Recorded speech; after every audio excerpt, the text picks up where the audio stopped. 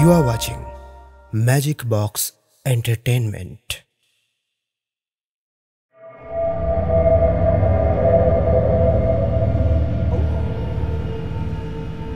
বিষ্টুদার প্রতি আপনাদের প্রাণ ভরা ভালোবাসায় টিম ম্যাজিক বক্স এন্টারটেনমেন্ট আপ্লুত।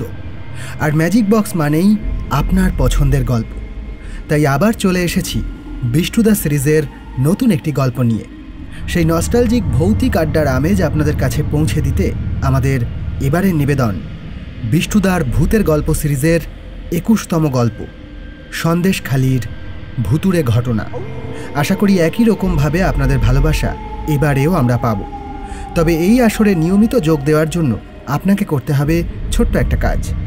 নিচে যে সাবস্ক্রাইব বাটনটি দেখছেন ওটাই ক্লিক করুন, আর পাশে যে ঘন্টাটি রয়েছে ওটা বাজিয়ে রাখুন, যাতে সময় মতো ওটা বেজে উঠে আপনাকে জানিয়ে দেয় গল্পের আসর বসার দিনক্ষণ।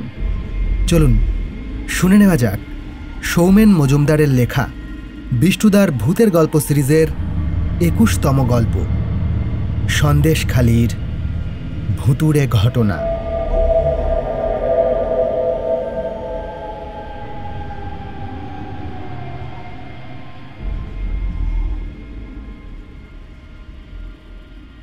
সত্যি চারদিকে যা অরাজকতা চলছে সেসব দেখার পর কোনো মানুষেরই মন ভালো থাকার কথা নয়। সকালবেলায় খবরের কাগজ খুললে কিংবা টিভিতে খবর দেখলে মন বিষণ্ণ হয়ে যেতে বাধ্য। মানুষের প্রবৃত্তি কোথায় পৌঁছেছে তা ভাবতেও অবাক লাগে। সকালে কিছুক্ষণ খবরের কাগজের পাতা উল্টে দেখছিলাম। পরপর অন্যায় অত্যাচারের খবরগুলো পড়ার পর থেকেই মন কেমন যেন বিষণ্ণ হয়ে আছে। এ কোন আদিম যুগে ফিরে যাচ্ছি আমরা। সত্যি কিচ্ছু ভালো লাগছে না। শীতের জবুথবু ভাব কেটে গেছে। বিকেলের দিকে পাখির কলরব আর আবহাওয়ার মৃদু উষ্ণতা বুঝিয়ে দিচ্ছে বসন্ত আসছে। এক প্রকার উদাসীনভাবেই সারাটা দিন কেটেছে। সন্ধ্যার দিকে মনে হলো এই মানসিক পরিস্থিতি থেকে মুক্তি দিতে পারে একমাত্র বিষ্টুদার জমজমাট একখানা গল্প। সেই আশায় উপস্থিত হলাম হরিদার দোকানে। একে একে বিষ্টুদা, পল্লব, বুবাই সবাই এসে পৌঁছালো। কথায় কথায় সুন্দরবনের প্রসঙ্গে এসে পড়ায় এক প্রস্থ চা শেষ করে বিষ্টুদা বলল, বেশ কয়েক বছর আগে আমি একবার সন্দেশখালিতে গেছিলাম। এখন তো ওখানে অনেক কৃত্রিম উন্নয়নের ছোঁয়া লেগেছে, তখন ওসব ছিল না। তোরা হয়তো জানিস, এখন সুন্দরবন বলতে যে অঞ্চলটুকুকে বোঝায়, আগে সেটা অনেক বিস্তৃত ছিল। দিনে দিনে বন ছোট হয়ে যাচ্ছে। এখনো ওইসব অঞ্চলে গেলেই দেখতে পাবি মানুষের জীবনযাত্রা কত সরল। যুগের হাওয়ায় কিছু দালালের আমদানি হয়েছে ঠিকই, কিন্তু সাধারণ মানুষের জীবন এখনো সেই আগের মতোই সহজ সরল রয়েছে। আমি গেছিলাম আমার দূর সম্পর্কের এক দাদার বাড়িতে। অবাক হতে পারিস যে অমন প্রত্যন্ত অঞ্চলে আমার দাদার বাড়ি হলো কি করে। আসলে দাদাও ঠিক আমার মতো জীবনে বিয়ে থা করেনি। যৌবন থেকেই দাদা নিজেকে সঁপে দিয়েছে মানুষের সেবার কাজে। ওই অঞ্চলে থেকে দুস্থ মানুষদের বিভিন্নভাবে সাহায্য করে। মোটামুটি একটা দল আছে, তারা বিভিন্ন জায়গা থেকে সাহায্য সংগ্রহ করে পৌঁছে দেয় ওখানকার মানুষদের কাছে। তাছাড়া দাদার উদ্যোগে দুস্থ পরিবারের ছেলেমেয়েরা যারা অর্থের অভাবে পড়াশোনা করতে পারে না, তাদের বিনামূল্যে পড়ানো হয়। এইসব সমাজ সেবামূলক কাজ আর কি। সেই দাদা এখনো বেঁচে আছে। এখন অবশ্য বয়স হয়েছে। আমার যেহেতু দাদা হয়, তাই বুঝতেই পারছিস বয়স মোটামুটি কত হতে পারে। বেশ কিছুদিন ধরেই অনেকবার করে আমায় যেতে বলছিল। কাজের চাপে সময় সুযোগ হয়ে উঠছিল না।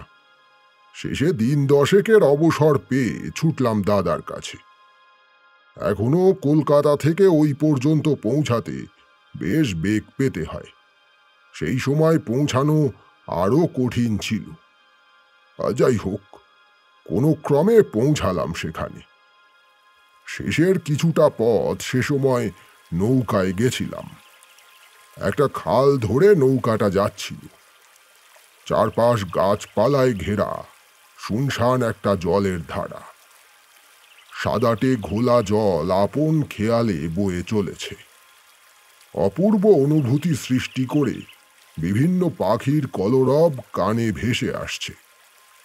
গাছপালার ফাঁকে দুই একটা বাড়ি ঘর কিছুক্ষণ পর পর চোখে পড়ছে। নৌকাটা চলতে চলতে একটা বাঁক নিল। সেই বাঁকের কাছে একটা বিরাট বড় গাছ মাথার উপরে ছাতার মতো ছড়িয়ে রয়েছে। চিনতে পারলাম, ওটা বট গাছ। গাছ থেকে কয়েকটা ঝুড়ি নেমে জল স্পর্শ করেছে। বেলা তখন পড়ে এসেছে, আর কিছুক্ষণ পরেই সন্ধ্যা হয়ে যাবে। কোনো কারণ ছাড়াই জায়গাটাকে দেখে আমার কেমন অলৌকিক অনুভূতি হলো। বেলা পড়ে এসেছে ঠিকই, তবে এখনো রোদ রয়েছে। অথচ এই জায়গাটায় বটগাছের ছায়া এমন গভীর, দেখে যেন মনে হচ্ছে সন্ধ্যা হয়ে গেছে।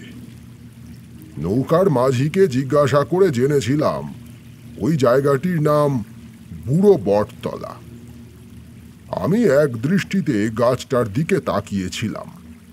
ছায়াচ্ছন্ন জায়গাটায় কোনো এক রহস্যকে যেন গোপন করে রেখেছে ওই প্রাচীন বট গাছ।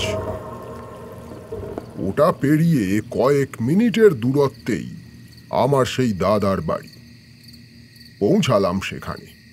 বলা বাহুল্য, আমি যাওয়ায় দাদা খুবই খুশি হলো। সেদিন রাতটা দাদার সঙ্গে গল্পগুজব খাওয়া দাওয়া করতে করতে কেটে গেল। এমনিতেই আমার সকাল সকাল ঘুম ভেঙে যায়, ওখানে তুলনামূলক আরও আগে ভেঙে গেল। তবে বিছানা ছেড়ে উঠলাম না, কারণ তখনও বাইরে ঘুটঘুটে অন্ধকার। আরও কিছুক্ষণ অপেক্ষা করার পর বিছানা ছেড়ে উঠে বাইরে বেরোলাম। প্রকৃতির বুকে ভোরের আবহাওয়া কতটা মনোরম, যারা উপভোগ করেনি তারা বুঝতে পারবে না। স্নিগ্ধ শীতল বাতাস বইছে। হালকা কুয়াশা এখনো গাছপালার মাঝে জড়িয়ে আছে। বিন্দু বিন্দু শিশিরে ভিজে আছে সবুজ পাতা। খালটা বাড়ির সামনাসামনি। খালের দিকে গিয়ে দেখলাম জলের ধারা বেশি দূর পর্যন্ত দেখা যাচ্ছে না। কিছুটা পরেই সাদাটে কুয়াশা জমে আছে। সময়টা এমনই ফেব্রুয়ারির শেষের দিকে ছিল। একটা মাটির পথ খালের ধার বরাবর সোজা চলে গেছে। সেটা ধরেই হাঁটতে লাগলাম। বেশ ভালো লাগছিল। সে সময় আমি কলকাতায় কাপড়ের ব্যবসা করি, ফলে ইট কাঠ পাথরের জঙ্গলে এমন চোখের আরাম সহজে মেলে না। ফলত এমন সবুজের বুকে পৌঁছে মনের শান্তি, চোখের আরাম দুই প্রাণ ভরে উপভোগ করছিলাম। কিছুটা এগিয়েই খালের সেই বাঁকে পৌঁছালাম। এই জায়গাটা অদ্ভুত। সকালের মৃদু আলোতে কিংবা সন্ধ্যার ঝিম ধরা আবছা অন্ধকারে সবসময়ই কেমন যেন রহস্যময় হয়ে থাকে। মনে কি যেন একটা সূক্ষ্ম অনুভূতি হচ্ছে, ঠিক বুঝে উঠতে পারছি না। জানি না কোথা থেকে মিঠে বাঁশির সুর ভেসে আসছে। অদ্ভুত মায়া সেই বাঁশির সুরে। কোথা থেকে যে আসছে দিক নির্ণয় করতে পারছি না। যদি পারতাম তবে টুকটুক করে হেঁটে সেই বাঁশিওয়ালার কাছে পৌঁছাতাম। এমন স্নিগ্ধ ভোরে অমন বাঁশির সুর সমস্ত যাপনের জটিলতাকে হালকা করে দিতে পারে। আরও একটা অদ্ভুত অনুভূতি। ভাবছি বাঁশিওয়ালার দিকে এগিয়ে যাব, কিন্তু বট গাছের ছায়া ছেড়ে কোথাও যেন যেতে ইচ্ছে করছে না। এখানেই স্থির, শান্ত, স্থবির হয়ে দাঁড়িয়ে থাকতে ইচ্ছা করছে। জানি না কতক্ষণ ওই বাঁশির সুর শুনতে শুনতে বুড়ো বটগাছের তলায় দাঁড়িয়েছিলাম। সে সময় যদি দাদা এসে আমায় না ডাকত, তবে বোধহয় আমার ঘোর কাটত না। অস্বীকার করি না, সেই অনুভূতিতে কোনো অস্বস্তি, যন্ত্রণা এসব ছিল না। সম্পূর্ণটাই এক সুখের অনুভূতি। সে সুরে যেন মন শান্ত হয়ে যাচ্ছিল। এমন শান্তি আমি জীবনে কখনো পাইনি। অনন্তকাল যেন এখানেই দাঁড়িয়ে থাকতে পারি, এমনই সে সুরের মায়া। দাদার ডাকে সম্বিত ফিরলে বাড়ির পথে এগোলাম।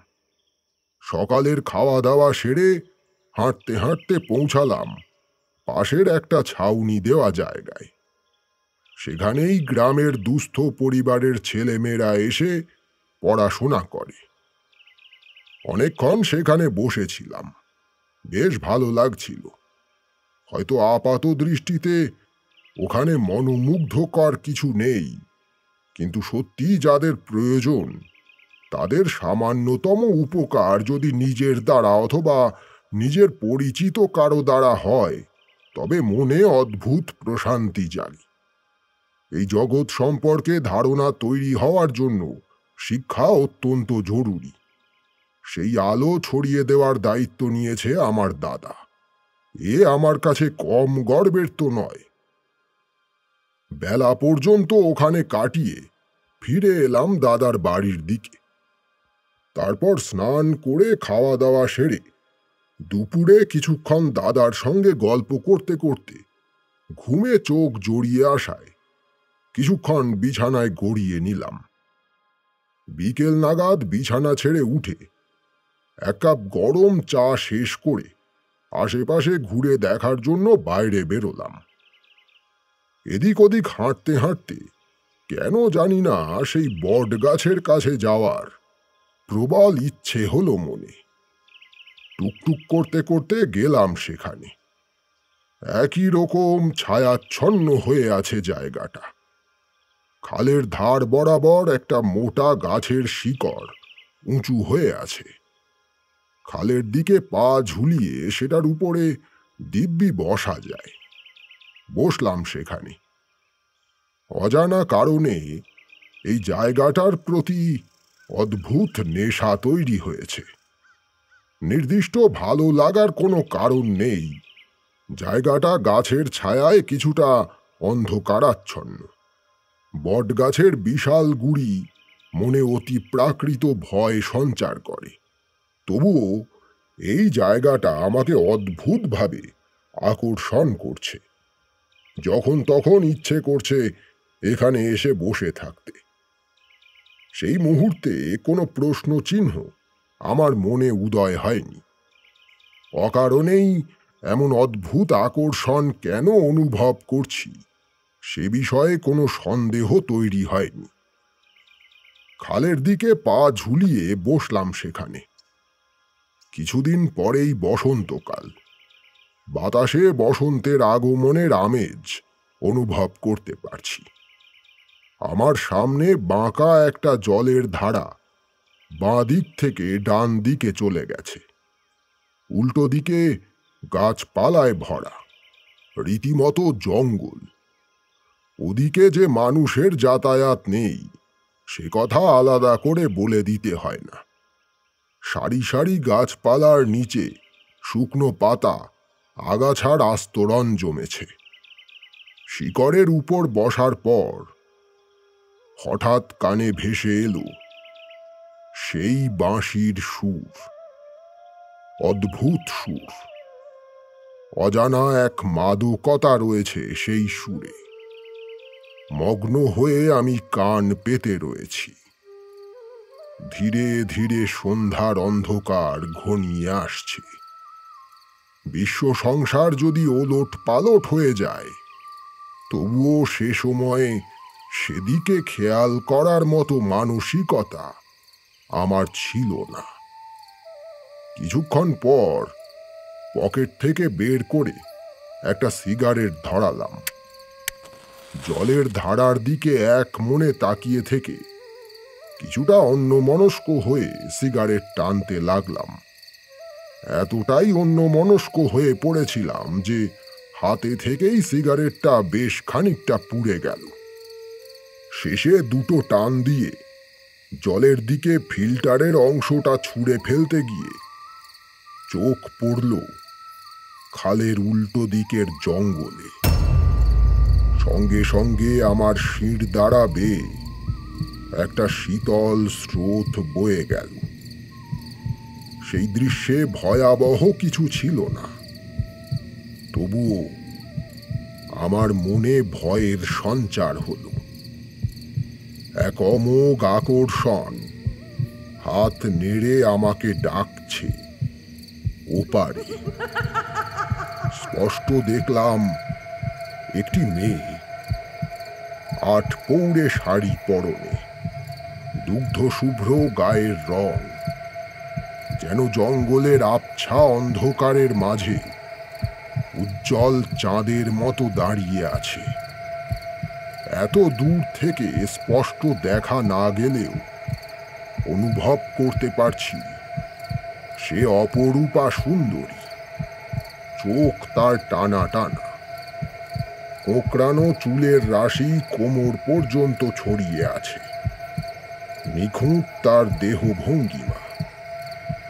এক লাফে চলে যেতে ইচ্ছে করছে ওপারে, কিন্তু মাঝে বেগবান জলরাশি। এ সময় তা পার করে ওপারে যাওয়া কষ্টসাধ্য। কিন্তু তার আকর্ষণ এতই তীব্র, মনে হচ্ছে সব বাধা বিপত্তি তুচ্ছ আমার কাছে। আমার বয়স তখন নেহাত কম নয়, যুবক নই আমি। প্রেমের মরীচিকায় ধরা দেওয়ার বয়স আমার চলে গেছে। মন আমার পরিণত, তবুও সে আকর্ষণ আমার শিরায় শিরায় অলৌকিক প্রবাহ ছোটাতে লাগল। প্রেম অথবা দৈহিক আকর্ষণ সে নয়। মনের বৃহত্তর অংশ ওপারে যাওয়ার জন্য মনস্থির করে ফেলেছে। সামান্য কিছু দ্বন্দ্ব বারবার বারণ করছে ওই ইশারার ফাঁদে পা দিতে। শেষটায় উঠে দাঁড়ালাম। যাব আমি ওপারে, কোনো বারণ আমি শুনব না। হঠাৎ খালের জলে আমার ঠিক চোখের সামনে এসে পৌঁছালো একটা নৌকা। গতকাল যে লোকটা আমাকে দাদার বাড়িতে পৌঁছে দিয়েছে, সেই লোকটি নৌকা বেয়ে এগিয়ে যাচ্ছে। আমায় দেখে বলে উঠল, আপনি এখানে কেন বাবু? বাড়ি ফিরে যান, ভর সন্ধেবেলা এই জায়গাটা ঠিক ভালো না। লোকটার গলার স্বরে আমার সম্বিত ফিরল। জিজ্ঞাসা করলাম, কেন? সামান্য সময়ের জন্য আমার চোখ খালের ওপার থেকে সরে নৌকার মাঝির দিকে পড়েছিল।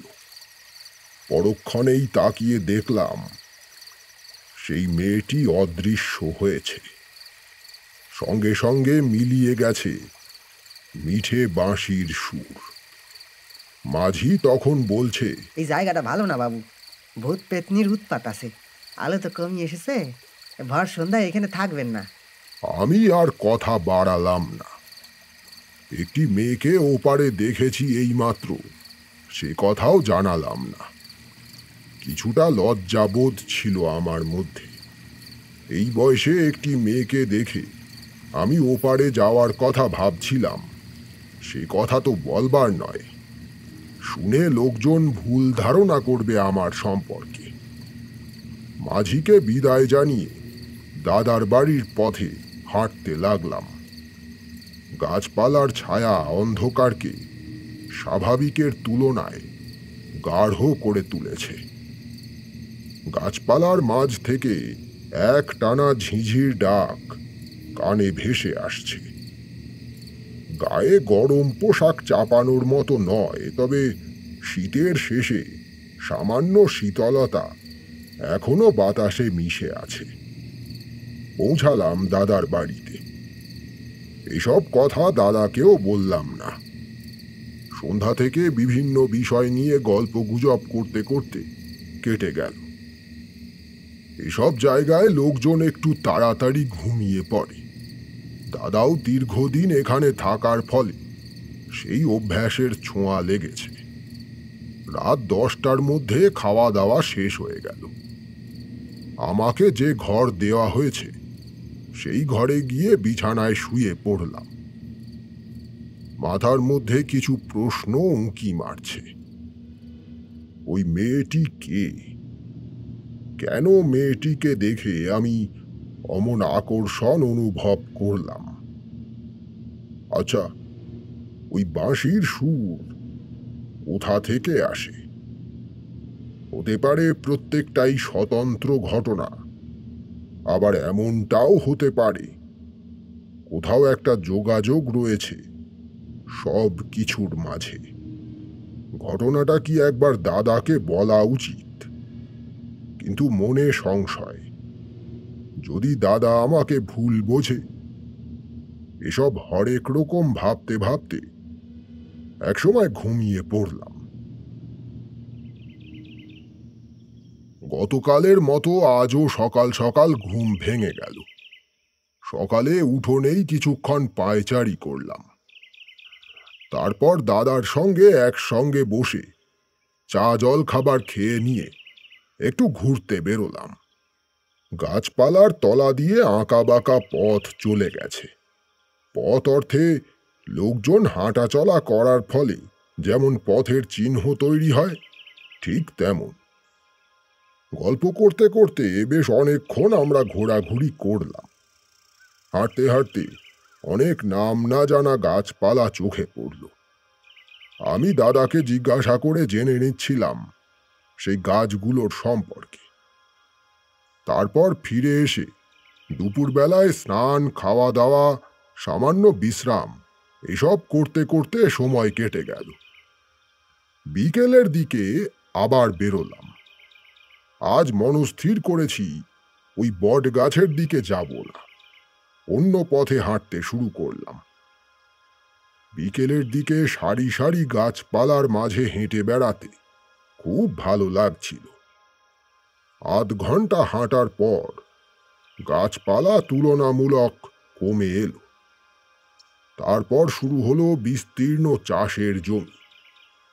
গাছপালার ঘেরাটোপ থেকে বেরিয়ে আসার পর দিনের আলো অনেক উজ্জ্বল মনে হলো।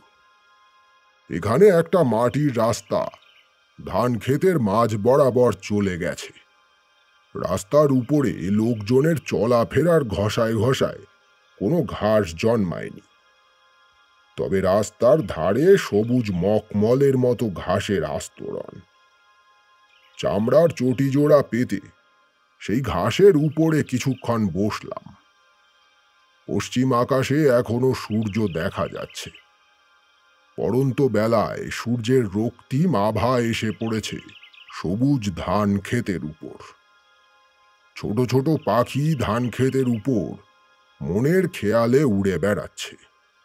কখনো কখনো ধান গাছের ভিড়ে টুপ করে ডুব দিয়ে আত্মগোপন করছে, আবার চোখের পলকে বেরিয়ে উড়ে যাচ্ছে কিছুটা দূরে, তারপর আবার ঢুকে পড়ছে ধান ক্ষেতের সবুজের মাঝে। ফড়িংয়ের দল উড়ে বেড়াচ্ছে। অদ্ভুত শোভা তৈরি হয়েছে সব কিছু মিলিয়ে। আগে বুঝতে পারতাম না, তবে এখন নতুন ধানের গন্ধ আমি স্পষ্ট টের পাই।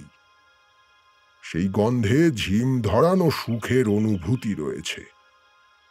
চোখ মন সবই শান্ত হলো। অকারণে মাথায় পাক খাওয়া চিন্তাগুলো হারিয়ে গেল। আলো কমে আসছে। হাত ঘড়িতে সময় দেখে উঠে পড়লাম। ফিরে চললাম দাদার বাড়ির পথে।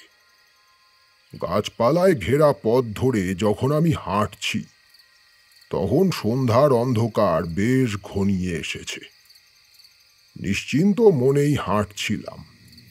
হঠাৎ মনে হলো আমার পিছনে পিছনে কেউ হেঁটে আসছে।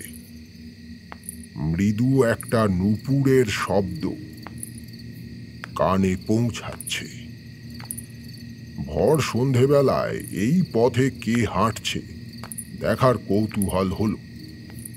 দাঁড়িয়ে পিছন ফিরে তাকালাম। আশ্চর্য হলাম দেখে আশেপাশে কেউ নেই।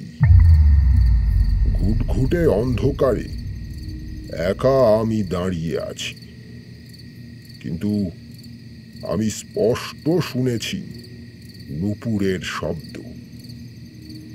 আবার মুখ ঘুরিয়ে নিজের পথে এগোবো এমন সময় কানের কাছে একটা মেয়েলি নিঃশ্বাসের শব্দ টের পেলাম। বরফের মতো শীতল সে নিঃশ্বাস, কিন্তু আমার আশেপাশে কেউ নেই। এই নির্জন পথে আর দাঁড়িয়ে না থেকে হনহনিয়ে হাঁটতে লাগলাম দাদার বাড়ির পথে। আমি যে ঘরটায় রয়েছি সেটা মোটামুটি বড়ই। দরজা দিয়ে ঢুকে ডান দিকে একটা খাট, বাঁ দিকে দেওয়ালের গায়ে একটা পড়ার টেবিল এবং কাঠের আলমারি। দরজার উল্টো দিকের দেওয়ালে একটা কাঠের জানালা রয়েছে। সেদিন রাতে খাওয়া দাওয়ার পর যখন বিছানায় শুয়ে পড়লাম তখন 10টা বাজে। মাথার চিন্তাগুলো অনেকটাই দূর হয়েছে। বেশ শান্তি অনুভব করছি। কিছুক্ষণের মধ্যেই ঘুমে চোখ জড়িয়ে এলো।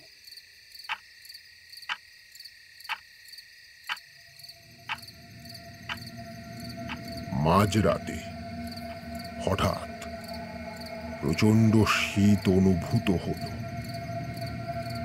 এখন ঠান্ডা একরকম নেই বললেই চলে, অথচ আমার কাঁপুনি ধরে যাচ্ছে।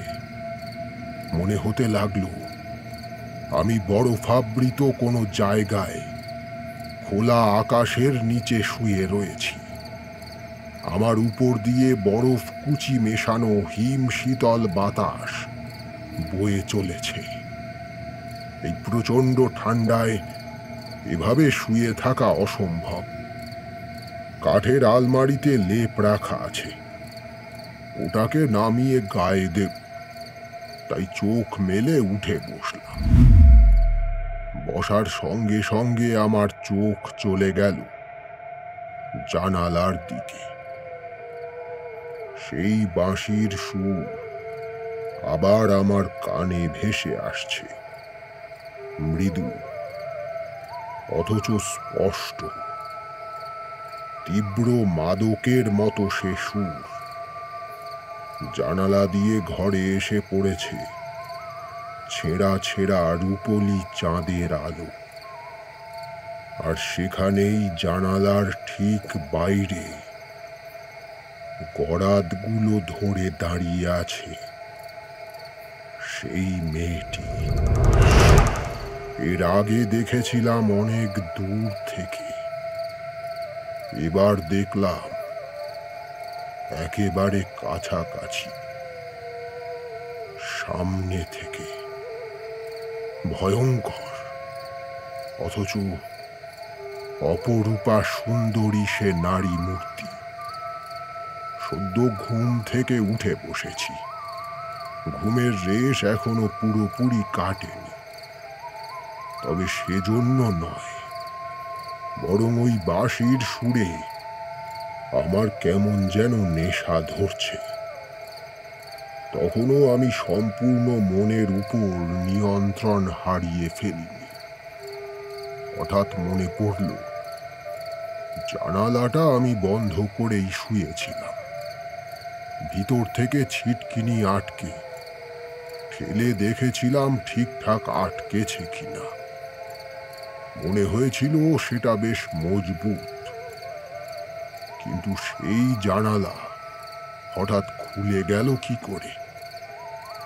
তবে কি জানালার ওপারে আমার থেকে 3-4 হাত দূরে ওই যে মূর্তিকে আমি দেখতে পাচ্ছি, সে জীবন্ত মানুষ নয়, কোনো অশরীরী।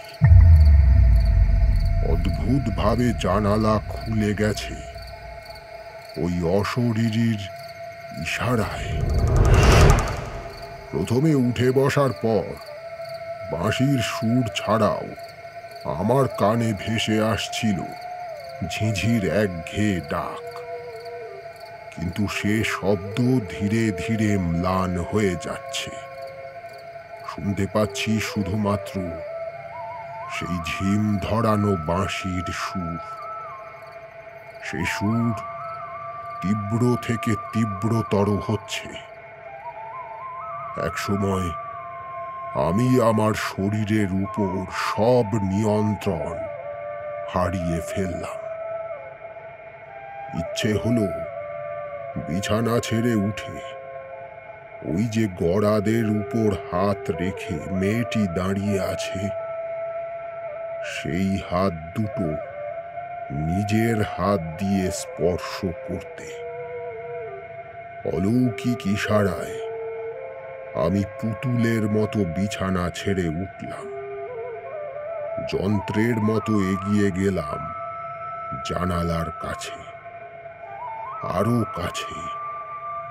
খুব কাছ থেকে দেখলাম মেয়েটিকে। পূর্ণিমার চাঁদের মতো উজ্জ্বল মুখখানা। চাঁদেও কলঙ্ক আছে, কিন্তু সে মূর্তির ঔজ্জ্বল্য কলঙ্কহীন। গিয়ে দাঁড়ালাম জানালার সামনে। জানালার ওপারে সেই মূর্তি, এপারে আমি। মাঝখানে লোহার গড়াদ। ধীরে ধীরে আমার নিয়ন্ত্রণহীন হাত দুটো উঠে পৌঁছালো মেয়েটির হাতের উপর। বরফের মতো শীতল সে হাত। মনে হলো দু হাতে দুখণ্ড বরফ চেপে ধরেছি। হাতের শিরা উপশিরায় রক্তপ্রবাহ থেমে গেছে। সঙ্গে সঙ্গে আমার চোখের সামনে সমগ্র দৃশ্যপট বদলে গেল। দেখতে পেলাম একটা ছোট্ট মাটির বাড়ি, উপরে খড়ের ছাউনি। বাড়িটার সামনে একটা মস্ত উঠোন। সেই উঠোনের এক কোনায় বসে একটি মেয়ে বাসন মাজছে। চিনতে পারলাম, যার হাত ধরে রয়েছি আমি এ সেই একই মেয়ে। পরক্ষণেই উঠোনে এসে দাঁড়ালো তিনজন লোক। কোনো শব্দ শুনতে পাচ্ছি না, তবে চোখে দেখেই বুঝতে পারলাম তিনজনে বাড়ির মালিককে ডাকাডাকি করছে। পোশাক আশাক চাল চলন দেখলেই বোঝা যায় মাঝে যে লোকটি দাঁড়িয়ে রয়েছে সেই তিনজনের মধ্যে সবচেয়ে গুরুত্বপূর্ণ। মেয়েটি লোকগুলোকে দেখে উঠে দাঁড়িয়েছে, তার মাথা নিচু। হঠাৎ মাঝের লোকটির চোখ পড়ল মেয়েটির দিকে। পৈশাচিক প্রবৃত্তি তার চোখে ঝিলিক খেলে গেল। তারপর সঙ্গে থাকা দুজনকে ইশারা করতে মেয়েটিকে তারা ধরে ফেলল। উঠোনেই দড়িতে একটা গামছা ঝুলছিল, সেটাকে দুফালি করে চিড়ে এক টুকরো দিয়ে মুখ বাঁধল যাতে কথা বলতে না পারে। অন্য টুকরোটি দিয়ে হাত দুটো পিঠ মোড়া করে বেঁধে ফেলল। মেয়েটি কাঁদছে। ওই শয়তানগুলোর হাত থেকে নিজেকে ছাড়ানোর জন্য আপ্রাণ চেষ্টা করছে, কিন্তু তিনজন সন্ডামার্কা পুরুষ মানুষের সঙ্গে ওইটুকু মেয়ে পারবে কি করে? তিনজনে টেনে হিঁচড়ে মেয়েটিকে নিজেদের সঙ্গে নিয়ে চলল। দেখলাম সেই বুড়ো বটতলার খালের উল্টো পারের জঙ্গলে মেয়েটিকে নিয়ে এসেছে ওরা। ঠিক এমন সময় দরজায় ঠক ঠক শব্দ শুনে আমার আচ্ছন্ন ভাব কাটল। ঘোর কাটতেই সামনের দৃশ্য দেখে চমকে উঠে এক লাফে পিছিয়ে এসে বিছানায় পড়লাম। মুহূর্তের জন্য সেই অপরূপা সুন্দরীর বদলে আমার চোখের সামনে ভেসে উঠল ধবধবে সাদা একটি নরকঙ্কাল। আবার পরক্ষণেই মিলিয়ে গেল।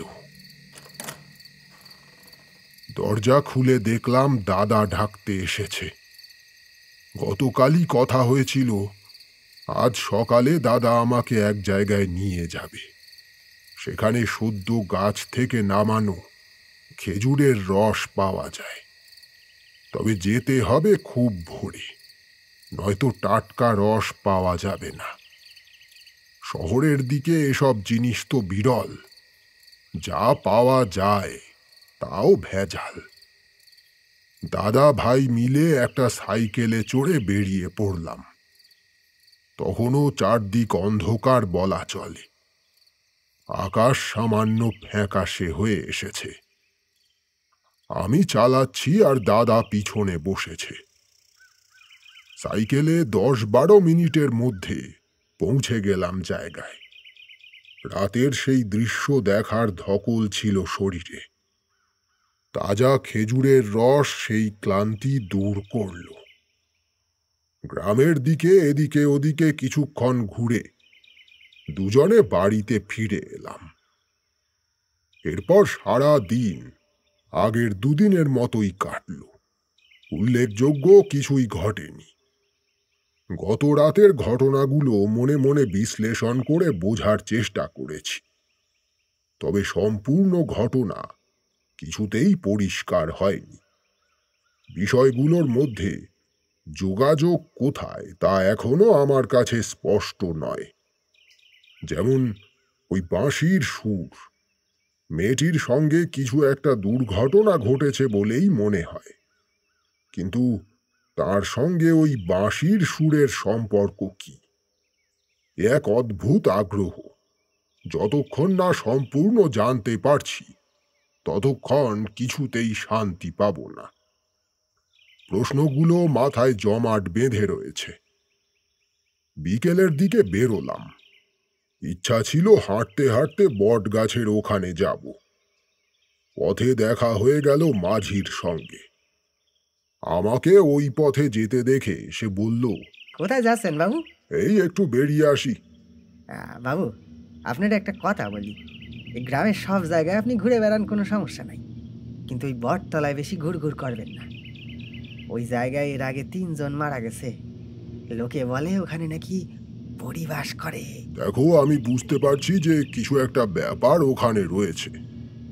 তুমি আমাকে সব কিছু খুলে বলো দেখি। এরপর মাঝি অগোছালো ভাবে যা বলল তা সাজালে এমনটা দাঁড়ায়। এই ঘটনা তখন থেকে প্রায় 20 বছর আগের। সে সময় এই অঞ্চলের হত্যাকর্তা বিধাতা ছিল সাইফুল আলী। তার কথায় বাঘে হরিণে এক ঘাটে জল খেত।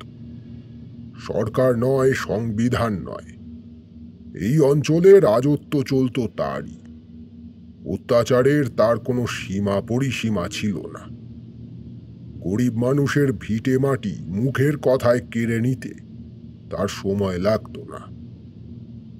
প্রশাসনের কাছেও এসব বিষয়ে নালিশ করে কোনো সুরাহা হতো না। এই অঞ্চলের মানুষ ছিল অসহায়। ঘরের মেয়ে বউকে ইচ্ছে খুশি তুলে নিয়ে চলে যেত। লোকজন বিয়ে করতেও ভয় পেত সাইফুলের জন্য। বুড়ো বটতলার ওপারে এখন যেখানে ঘন জঙ্গল, সেখান থেকে কিছুটা ভিতরে গেলে পরপর কয়েক ঘর জনবসতি রয়েছে। সেখানেই বাড়ি ছিল আনসার আলীর। আনসার আলীর একটি মাত্র মেয়ে, স্ত্রী অনেক আগেই মারা গেছে। চাইলে আনসার তখন বিয়ে করতে পারতেন, করেননি শুধুমাত্র মেয়ের মুখের দিকে চেয়ে। সৎমা এসে মা মরা মেয়েকে ভালোবাসবে কিনা তার তো কোনো নিশ্চয়তা নেই। সামান্য চাষবাস করেই তার সংসার চলে। দুর্ভাগ্যবশত তার যে 2 বিঘা জমিটি ছিল সেটা ছিল সাইফুল আলীর জমির সংলগ্ন। হঠাৎ করেই একদিন সাইফুল আনসারকে বলে সেই জমি তাকে দিয়ে দিতে। কিন্তু ওইটুকু জমিই তো তার সম্বল। ওটুকু না থাকলে যে বাপ মেয়েকে না খেয়ে মরতে হবে, সে কথা অনেক অনুনয় বিনয় করে হাতে পায়ে ধরে বোঝাবার চেষ্টা করে সাইফুলকে। কিন্তু সাইফুলের হৃদয় বলে কিছুই ছিল না। সে যখন মনে করেছে ওই জমি তার চাই, তখন কোনো কিছুই তাকে আটকাতে পারবে না। নেতা মন্ত্রী সব তার পকেটে পোড়া থাকে, প্রশাসন তার ইশারায় নাচে। এরপর থেকে ধমকানো শুরু করে সাইফুল।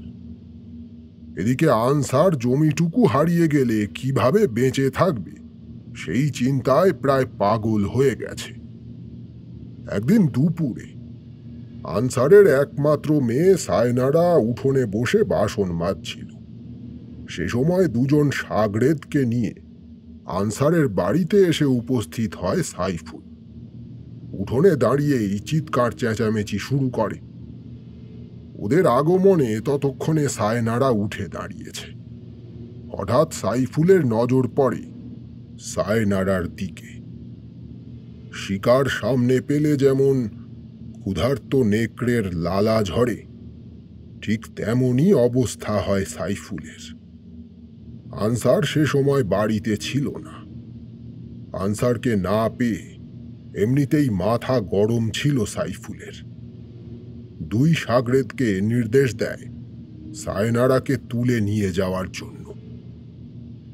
এই ঘটনার পর সায়নারার কি হয়েছিল কেউ জানে না। তাকে আর কখনোই দেখা যায়নি।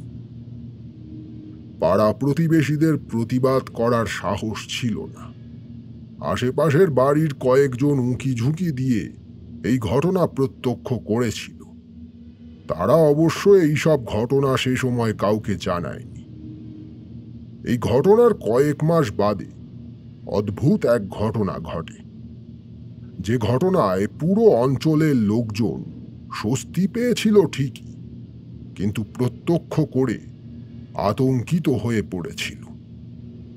একদিন সন্ধেবেলায় সাইফুল সহ বাকি দুজনের মৃত শরীর ঝুলন্ত অবস্থায় পাওয়া যায় বুড়ো বটগাছের ডালে। তাদের চোখগুলো খোবলানো ছিল, শরীর ছিল সম্পূর্ণ বস্ত্রহীন। সারা শরীরে অসংখ্য আঁচড়, যেন কেউ রাগের মাথায় ব্লেড দিয়ে চিঁড়ে দিয়েছে। তিনজনের পুরুষাঙ্গ থেঁতলে দেওয়া হয়েছে। নিষ্ঠুর দৃশ্য। অবশ্য ওই তিনজনের কৃত অপরাধের সাজা হিসেবে কোনো শাস্তি যথেষ্ট নয়।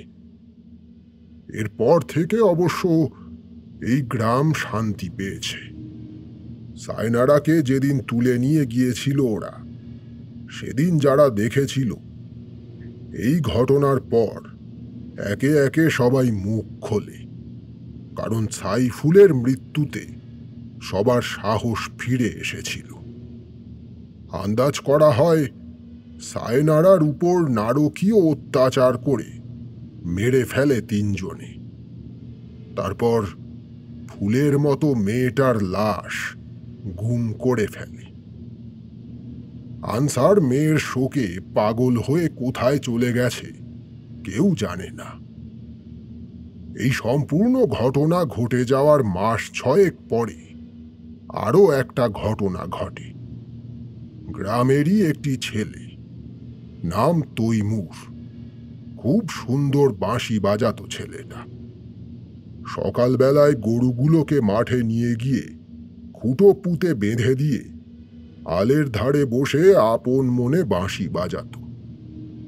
হঠাৎ করেই একদিন দেখা যায় তৈমুরের প্রাণহীন শরীরটা গলায় ফাঁস লাগানো অবস্থায় ঝুলে আছে সেই একই বটগাছের ডালে। পরে কানাঘুষো শোনা যায় তৈমুর নাকি সায়নারাকে ভালোবাসত।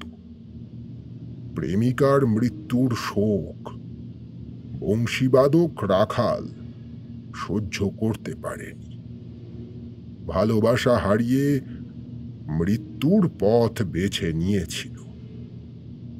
যেমনটা বলছিলাম, এই ঘটনার পর থেকে গ্রাম এক প্রকার শান্তই।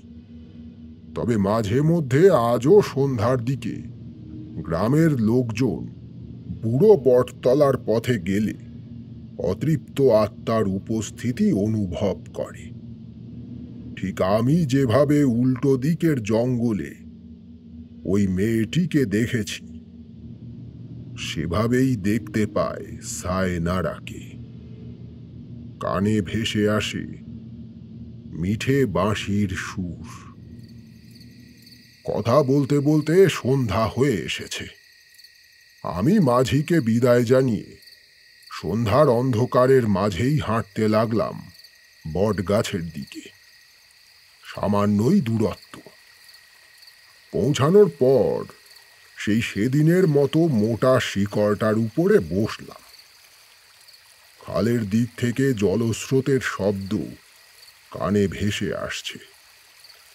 ঝিম ধরানো একঘেয়ে ঝিঁঝির ডাক গাছপালার মাঝে। মিনিট পাঁচেক বসার পরেই কানে ভেসে এলো সেই বাঁশির সুর। তাকালাম খালের উল্টো পারে জঙ্গলের দিকে। হ্যাঁ, সায়নারা অর্থাৎ সেই মেয়েটি আবার উপস্থিত হয়েছে। অপরূপা সে। মৃত্যুও তার সৌন্দর্যকে ম্লান করতে পারেনি। আগের দিন মূর্তি স্থির হয়ে ওপারেই দাঁড়িয়েছিল। আজ সে মূর্তি ধীরে ধীরে ভাসতে ভাসতে এগিয়ে আসছে আমার দিকে। ঠিক আমার সামনে এসে খালের জলের উপর ভাসমান অবস্থায় সে স্থির হয়ে রইল। আমি হাত বাড়িয়ে তাকে ছোঁয়ার চেষ্টা করলাম। ধোঁয়াশাকে ধরতে গেলে যেমন ফসকে যায়, সেভাবেই ফসকে গেল। মৃদু হেসে সেই বায়বীয় মূর্তি ধীরে ধীরে উপরে উঠতে লাগল। উপরে তাকিয়ে দেখলাম আরো এক মূর্তি ইতিমধ্যে এসে উপস্থিত হয়েছে। এক যুবকের বায়বীয় অবয়ব। হাওয়ায় ভাসতে ভাসতে সেই দুই মূর্তি হাত ধরাধরি করে গিয়ে বসল একটা গাছের ডালে। ওটা কোন যুবকের বায়বীয় মূর্তি বুঝতে পারলাম। তৈমুর। দেখলাম তৈমুর গাছের ডালে বসে বাঁশি বাজাচ্ছে, আর তার পাশে কাঁধে মাথা রেখে বসে আছে সায়নারা। জীবন থাকতে না হোক, মৃত্যুর পরে ওদের প্রেম সার্থকতা পেয়েছে। এই প্রণয় বাসরে বিঘ্ন ঘটাতে চাই না। উঠে পড়লাম। মনে একরকম প্রশান্তি নিয়ে ফিরে এলাম দাদার বাড়িতে। মোটামুটি সব প্রশ্নের উত্তর আমি পেয়েছি, কিন্তু একটা বিষয় পরিষ্কার হয়নি। সেদিন রাতে সায়নারা আমাকে ওভাবে দেখা দিয়েছিল কেন? সেদিন রাতে বাড়িতে ফিরে দাদার কাছে সব ঘটনা গুছিয়ে বললাম। এমনকি আমার মনে যে প্রশ্ন এখনো রয়ে গেছে সে কথাও জানালাম। আমার কথার প্রত্যুত্তরে দাদা যা বলল তাতে আমার মনে মিশ্র অনুভূতি হল। তৈমুর এই গ্রামেরই বাপ মা মরা একটি ছেলে। দাদা যখন এখানে প্রথম প্রথম এসেছে, ছেলেটির অসহায় অবস্থা দেখে ওকে নিজের কাছেই রেখেছিল। সারা দিন কেমন বিষণ্ণ হয়ে থাকত, আপন মনে বাঁশি বাজাত। মাস তিনেক ছিল এই বাড়িতে, সেই ঘরটায়, যে ঘরে এখন আমি রয়েছি। তারপর একদিন হঠাৎই অজ্ঞাত কারণে ছেলেটি আত্মহত্যা করে। সাইফুল আনসার সায়নারার কথা অবশ্য দাদা আগেই শুনেছিল, কিন্তু সেই সায়নারাকে তৈমুর যে ভালোবাসত সে কথা জানতো না।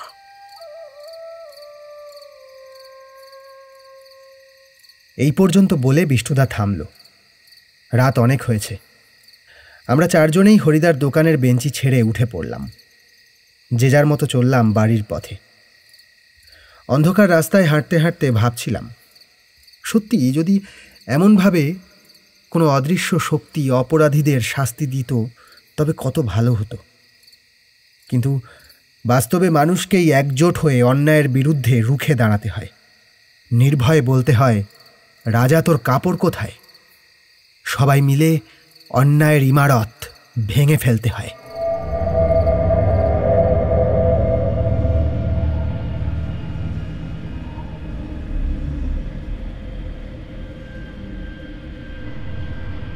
শুনছিলেন সৌমেন মজুমদারের লেখা বিষ্ণুদার ভূতের গল্প সিরিজের ২১তম গল্প সন্দেশখালির ভুতুড়ে ঘটনা। গল্পটি কেমন লাগলো অবশ্যই জানান কমেন্ট বক্সে। ভালো লাগলে অবশ্যই লাইক এবং শেয়ার করুন।